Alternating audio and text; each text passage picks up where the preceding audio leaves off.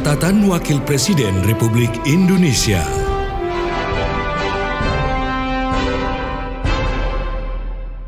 Pada acara puncak peringatan Hari Anak Nasional ke-39 tahun 2023, Wakil Presiden Ma'ruf Amin menekankan semua anak Indonesia harus dapat perlindungan dan mendapatkan hak-haknya.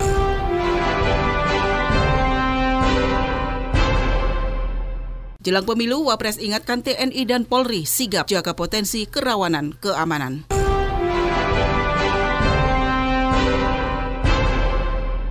Tahun ini, Institut Pemerintah Dalam Negeri berhasil meluluskan 1.627 pamung praja muda yang akan bertugas di seluruh wilayah Indonesia.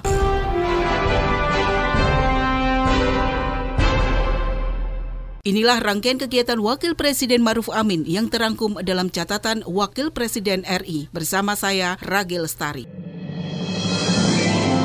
Catatan Wakil Presiden Republik Indonesia.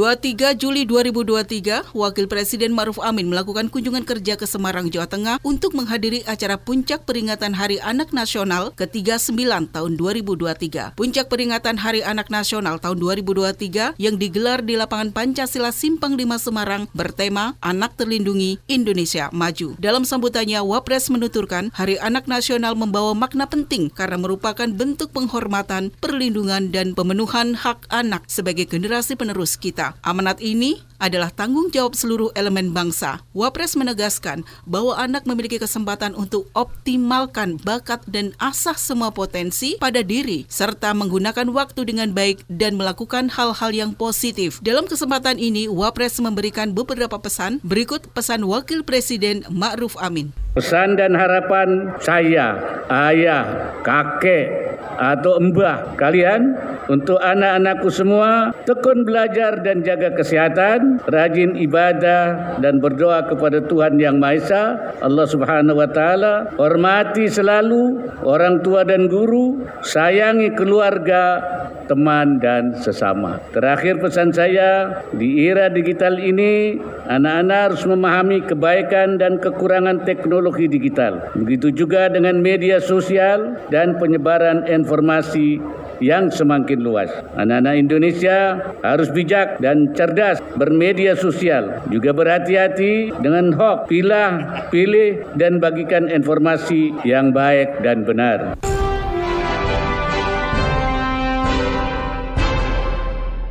Usai acara, Wapres memberikan keterangan media terkait anak Indonesia. Wapres meminta anak-anak Indonesia dapat perlindungan dari semua bentuk kekerasan dan diskriminasi, serta pemenuhan hak-haknya termasuk terhadap anak yang tinggal di perbatasan atau daerah 3T, yaitu daerah tertinggal, terdepan, dan terluar di Indonesia. Daerah 3T merupakan wilayah Indonesia yang memiliki kondisi geografis, sosial, ekonomi, dan budaya yang kurang berkembang dibandingkan dengan daerah lain dalam skala nasional. Berikut pernyataan dari Wakil Presiden Ma'ruf Amin. Saya Ragil dari Radio El Sinta, Pak. Pesan Pak Wapres sangat menyentuh ya, dan menggetarkan semua anak-anak yang ada di sini. Itu terbukti sorak-sorai. Ini ada masalah terkait dengan banyaknya atau meningkatnya kriminalitas terhadap anak, baik itu sebagai pelaku atau sebagai korban. Lalu apa pemerintah solusinya untuk mengatasi hal ini? Yang kedua, itu masalah anak-anak yang ada di wilayah perbatasan. Bagaimana pemerintah pusat memastikan hak anak untuk mendapatkan pendidikan yang layak, jangan sampai nanti di perbatasan mereka menguasai apa yang dididik oleh negara lain karena sekolahnya di negara lain yang dekat sejarah pun juga mereka tidak tahu bangsa Indonesia. Apa yang menjamin pemerintah? Terima kasih. Ya, kalau kita di dalam menghadapi masalah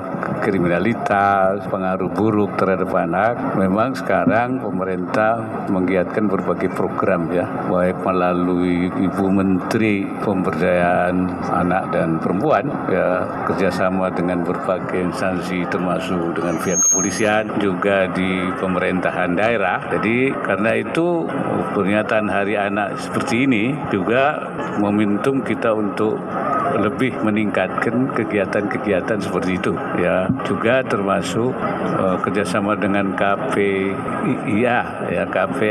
KPAI itu juga kerjasama dengan Kementerian Perempuan, dan salah satu juga memberikan apresiasi kepada daerah-daerah, provinsi maupun kabupaten kota yang dianggap sebagai daerah sayang anak, memperlakukan anak dengan baik. Itu daripada usaha-usaha yang kita lakukan. Di daerah itu kita kan pemerintah sekarang memperbaiki kondisi daerah-daerah perbatasan yang kita sebut 3T itu, ya. Dan kita berikan berbagai fasilitas, jalan, pendidikan, supaya mereka itu tidak dididik oleh justru daerah yang negara tetangga kita. Nah, ini semuanya dilakukan dengan baik, ya, dengan memberikan fasilitas-fasilitas pendidikan, bukan hanya pendidikan tapi juga infrastruktur, sehingga perbatasan kita itu jauh lebih baik daripada perbatasan negara lain, baik di Timur Leste, Papua Nugini, ya, kemudian juga di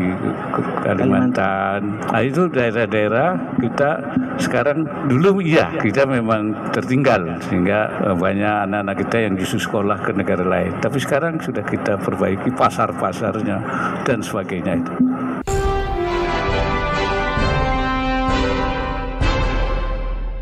Selasa 25 Juli 2023, Wakil Presiden Ma'ruf Amin memberikan kuliah umum kepada peserta program pendidikan reguler Angkatan ke-65 dan program pendidikan singkat ke-24 tahun 2023 di Auditorium Gajah Mada Lantai 3, Gedung Dwi Warna Lembaga Ketahanan Nasional Republik Indonesia atau Lemhanas RI di Jakarta. Dalam sambutannya, Wapres menyampaikan bahwa sejarah telah mendokumentasikan pergulatan terbuka kekuatan-kekuatan besar dunia dalam memperebutkan kekuasaan dan memenangkan hak untuk mengatur perilaku global. Arsitektur global berubah dari waktu ke waktu yang turut mempengaruhi kebijakan luar negeri Indonesia. Wapres juga menegaskan, kita menyaksikan arus globalisasi semakin deras di bidang teknologi, informasi, dan komunikasi, aliran data digital, dan pariwisata. Dalam kesempatan ini, Wapres berpesan, pertama, situasi global terus berubah dan akan mempengaruhi situasi di dalam negeri. Teknologi digital memicu disrupsi di banyak lini kehidupan sekaligus menawarkan peluang untuk bertumbuh seperti yang terjadi pada globalisasi.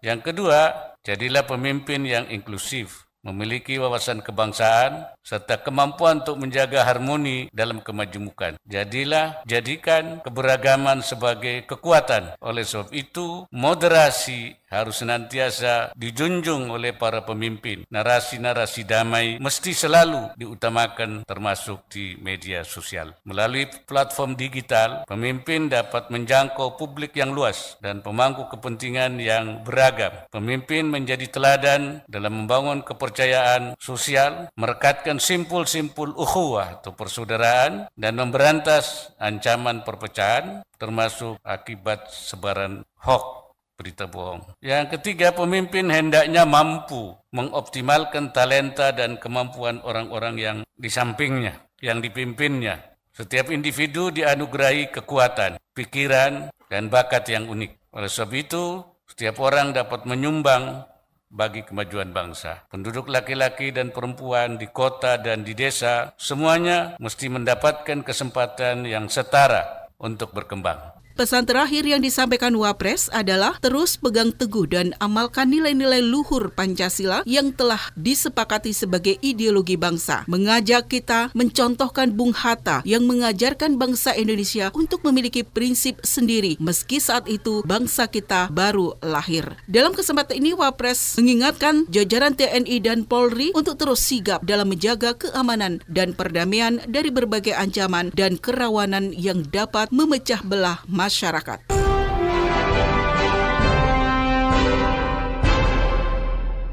Rabu 26 Juli 2023, Wakil Presiden Ma'ruf Amin didampingi Ibu Hajah Wuri Ma'ruf Amin menghadiri tasyakuran Milad ke-48 Majelis Ulama Indonesia atau MUI di Gedung Sasana Kriya Taman Mini Indonesia Indah di Cipayung, Jakarta Timur. Dalam sambutannya, Wapres menekankan pentingnya menjaga keutuhan bangsa dan kesatuan umat di tengah keberagaman. Wapres yang juga selaku Ketua Dewan Pertimbangan MUI juga memberikan apresiasi kepada MUI UI yang telah berkomitmen penuh di berbagai aspek seperti agama, ekonomi, pendidikan, sosial, hingga budaya untuk mendukung program-program pemerintah. Menurut Wapres, kesatuan umat merupakan syarat mencapai keberhasilan bangsa. Wapres juga menjelaskan saat ini pemerintah sedang berfokus pada penguatan persatuan nasional serta menjaga kerukunan dan kebinekaan di dalam rangka mewujudkan visi Indonesia Emas yang akan tercapai di 100 tahun kemerdekaan Republik Indonesia tahun 2045. Artinya Majelis Ulama Indonesia akan ke depan menjaga umat dalam rangka apa?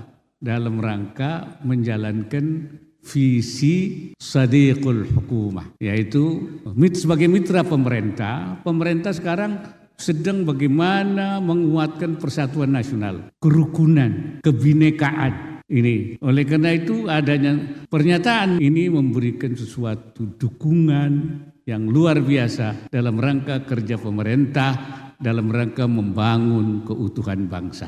Keutuhan bangsa ini prasyarat kita dalam mencapai Indonesia yang maju. Kita kan punya misi Indonesia, yaitu Indonesia Emas pada 2045. Ya, 100 tahun kemerdekaan, kita ingin menjadi Indonesia Emas, Indonesia maju. Tinggal sedikit lagi, waktunya tidak lama lagi.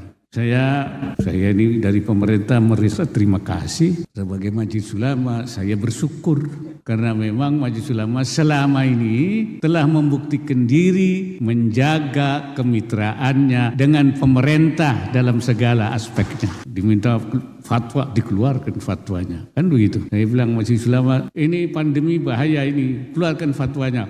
Keluar fatwa.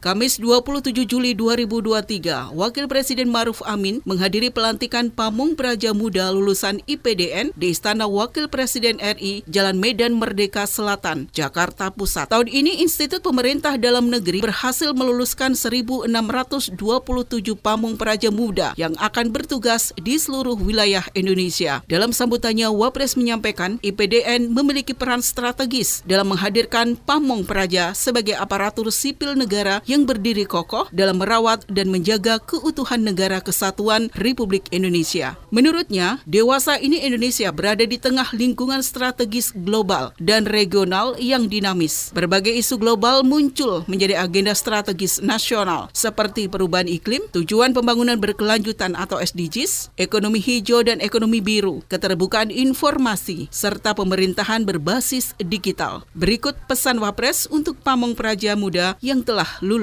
pendidikan. Saya Wakil Presiden Republik Indonesia atas nama pemerintah Republik Indonesia melantik 1.627 orang sebagai Pamong Praja Muda lulusan Institut Pemerintahan Dalam Negeri Angkatan 30 tahun 2023. ASN Muda harus menjadi bagian dari solusi dengan ide-ide segar dan konstruktif, utamanya dalam mengelola agenda-agenda strategis nasional seperti percepatan penurunan stunting, penghapusan kemiskinan ekstrim, dan pencapaian target SDGs. Saya memandang para Pamong Praja Muda sebagai agen perubahan yang harus memiliki visi menuju Indonesia Emas 2045.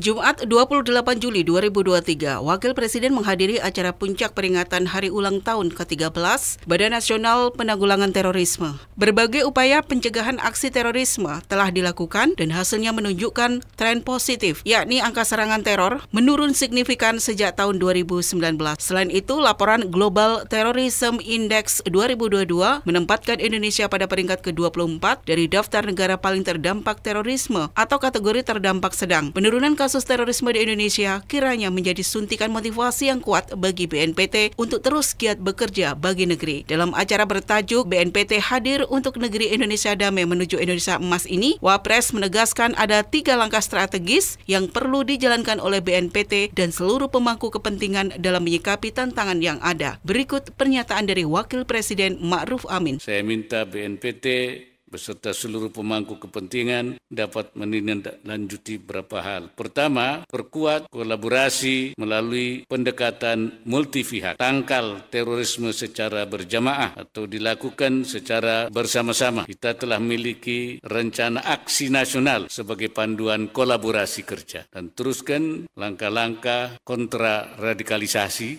untuk menangkal berkembangnya paham radikal dan juga deradikalisasi untuk mengembalikan mereka yang sudah terpapar dengan bekerja sama dengan semua kementerian dan lembaga. Kedua, rangkul kalangan muda baik di lingkungan sekolah maupun di lingkungan RT RW dengan dibantu tokoh agama dan tokoh masyarakat. Promosikan moderasi beragama sekaligus perkuat faham kebangsaan. Berikan pemahaman bahwa Indonesia adalah negara kesepakatan atau di kalangan umat Islam disebut sebagai Darul Mitsaq. Dalam agama, kesepakatan harus dihormati dan tidak boleh dilanggar. Pancasila adalah piagam dari kesepakatan tersebut dan kita sudah membuktikan bahwa Indonesia mampu tetap bersatu teguh ketika negara-negara lain dilanda perang saudara. Terakhir, monitor dan awasi media sosial terutama menjelang pemilu 2024. Gerakan radikal terorisme berpotensi tumbuh subur menjelang pemilu. Pahami segala bentuk risiko agar tidak dimanfaatkan.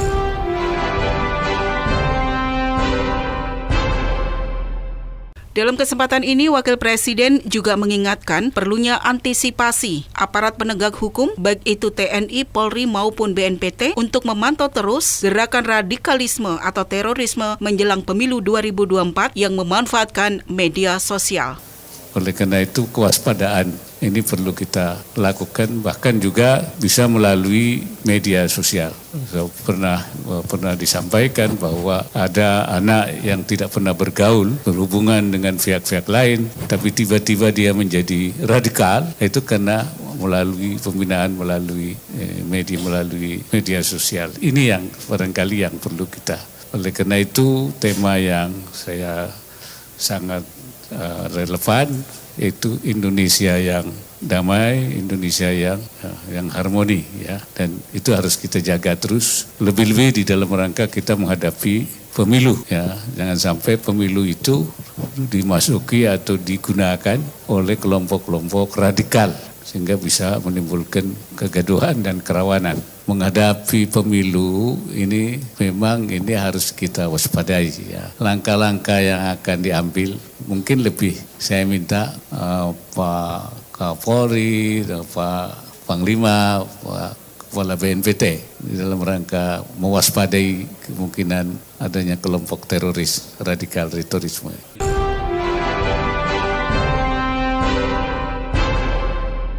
Dalam kesempatan yang sama, Kepala BNPT Riko Amelza Daniel mengatakan bahwa BNPT telah menyadari tantangan yang tidak mudah untuk adanya pergeseran aksi terorisme yang menggunakan paham-paham keagamaan serta menyasar kelompok rentan. Tetap menekankan pentingnya kolaborasi multi-pihak dalam penanggulangan terorisme. Dia juga mengatakan bahwa menghadapi pemilu 2024, komitmen pemerintah melakukan tindakan paralel antara tindakan keras untuk penegakan hukum dan tindakan lembut untuk pembinaan dan edukasi anti kekerasan atau radikalisme. Mengenai kesiapan daripada pemerintah dalam menghadapi pemilu nanti, khususnya dalam menangani kasus atau masalah-masalah terorisme. Tentunya pemerintah telah berkomitmen untuk melakukan tindakan paralel secara bersama-sama antara pendekatan soft dengan hard approach sebagaimana tadi dijelaskan Bapak Kapolri. Tindakan hard approach ini dilakukan dalam rangka penegakan hukum, ya, baik secara preventive strike maupun tindakan-tindakan represif terhadap penegakan hukum. Alhamdulillah kami laporkan kepada masyarakat Indonesia dalam kurun waktu 2018 sampai dengan tahun 2023 terjadi penurunan yang sangat tajam. Kasus-kasus serangan teror secara terbuka penurunannya lebih daripada 89%. Dan ini alhamdulillah bekas tindakan yang masif daripada dipimpin oleh Bapak Kapolri, ya, terhadap kasus-kasus teror Indonesia. Namun demikian, dalam waktu yang sama kita harus terus mewaspadai sebagaimana tadi disampaikan Bapak Wakil Presiden, sel-sel di bawah permukaan terus melakukan kegiatan radikalisasi, baik secara offline, tatap muka, maupun dengan menggunakan cara-cara menggunakan teknologi digital yang disebut dengan online radicalization atau digital radicalization. Oleh karena itu pendekatan soft approach dalam rangka menangkal gerakan di bawah tanah ini akan dilakukan dengan meningkatkan kesadaran daripada masyarakat, public awareness, terutama terhadap kelompok-kelompok rentan, perempuan, anak-anak dan pemuda yang menjadi target daripada online radicalization tadi. Ini hasil penelitian terjadi peningkatan proses radikalisasi di kalangan 3 kelompok rentan tadi. Lantas yang kedua adalah meningkatkan daripada public engagement atau community engagement, keterlibatan masyarakat dalam menangkal berbagai paham kekerasan dengan memberikan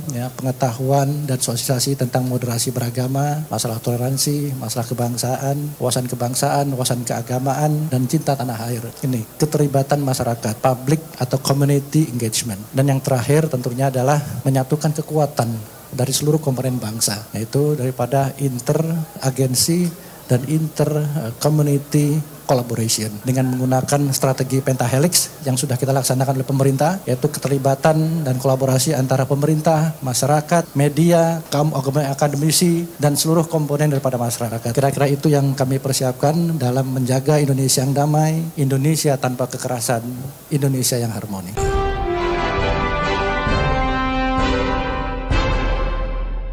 Demikian rangkaian kegiatan Wakil Presiden Kiai Haji Ma'ruf Amin yang terangkum dalam catatan Wakil Presiden RI. Saya, Ragi Lestari, melaporkan.